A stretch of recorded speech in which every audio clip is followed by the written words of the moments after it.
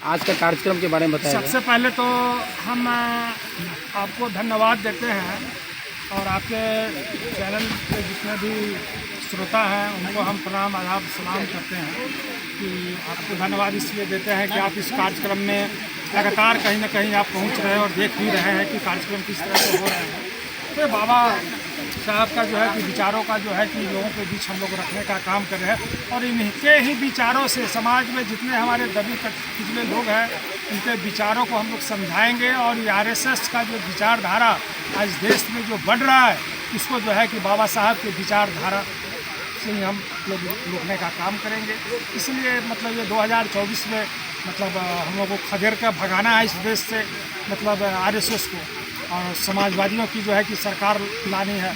1973 में हुआ था कि 1973 की ललकार और दिल्ली में हो समाज जनता की सरकार, और इस बार भी है कि 2024 की ललकार और दिल्ली में बनेगी समाजवादियों की इंडिया की सरकार। इसी का एक तहत जो है कि कार्यक्रम सब जो है कि हम लोग कर रहे हैं। अपने राष्ट्रीय अध्यक्ष जी को हम पारू की धरती से हम प्रणाम करते, सलाम करते और धन्यवाद भी देते, इसलिए कि उन्होंने ये बहुत अच्छा उन्होंने कार्यक्रम लगाने का काम किया, लोगों को बीच में जाने का हम लोग को मौका मिल रहा है, इसलिए उनको भी हम प्रणाम करते हैं, सलाम करते हैं। आपके पारू विधानसभा क्षेत्र का एक गांव है बाजितपुर, जहां पे पिछड़े जाति के लोग रहते हैं। वहां पे कुछ उच्च जाति के लोगों द्वारा उनके घर को उजाड़ दिया गया है और वहां पे एक नेता पहुंचे थे, क्या नाम था उनका, विजय कुमार परिवर्तनकारी। उनसे जब हमने सवाल किया तो उन्होंने मुझे जवाब दिया कि यहाँ पे जो नेता अंबेडकर परिचर्चा कर रहे हैं उनसे जाकर सवाल करिए कि ऐसे ऐसे लोगों का क्या होगा।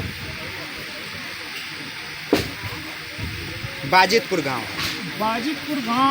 की जो घटना है यहाँ सवर्णों के साथ हुई है, तो पहले जानेंगे। बाजितपुर की घटना है कि महादलित परिवार है और बहुत पहले से वहाँ घर बना करके वे लोग रहते थे, लेकिन उनको पता नहीं था कि ये ज़मीन मेरा है या नहीं।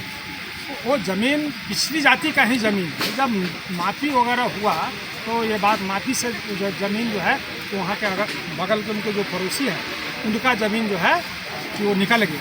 उसके बावजूद भी मैं जा कर के, ये जो परिवर्तनकारी है ये लफंगा है, इनको राजनीति करने का ज्ञान नहीं है। आरोप और प्रत्यारोप लगा देना एक अलग चीज़ है। मैं जा कर के रात में मैं गया था, एक घर उजाड़ने के पहले ही आज से 25 दिन पहले मैं जा कर के कहा था कि आप लोग आइए और आपका आवेदन मैं अंचलाधिकारी से लेकर के जिलाधिकारी तक मैं लेकर के चलूँगा और जितना ज़मीन में आपका घर है उस घर का ज़मीन का हम बंदोबस्ती करा देंगे। लेकिन ये लोग आने का काम नहीं किया।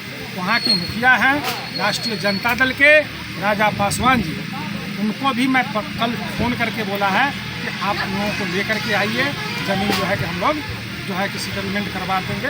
सरकार का नियम है कि 3 डिसमिल ज़मीन गरीबों को देना है, लेकिन जिनको ज़मीन लेना है उनको आगे आना पड़ेगा ना, आना पड़ेगा। अगर डायरेक्ट अगर लड़ाई अगर आप जो बोल रहे हैं उन लोगों से अगर लड़ाई होती तो एक अलग मामला था, लेकिन ये आपस की लड़ाई है, ठीक है ना। तो इसको जो है कि हम लोग सॉल्व कर रहे हैं। वहाँ के पूर्व मुखिया हैं मतलब मोहन राय जी, उनको भी मैंने फ़ोन करके बोला है इस मामला को आप लोग देखिए और इसको जो है सुलझने का काम कीजिए और निश्चित रूप से इसका समस्या का समाधान हो जाना है, हल होना है। परिचय लीजिएगा। शंकर यादव, पारू विधानसभा।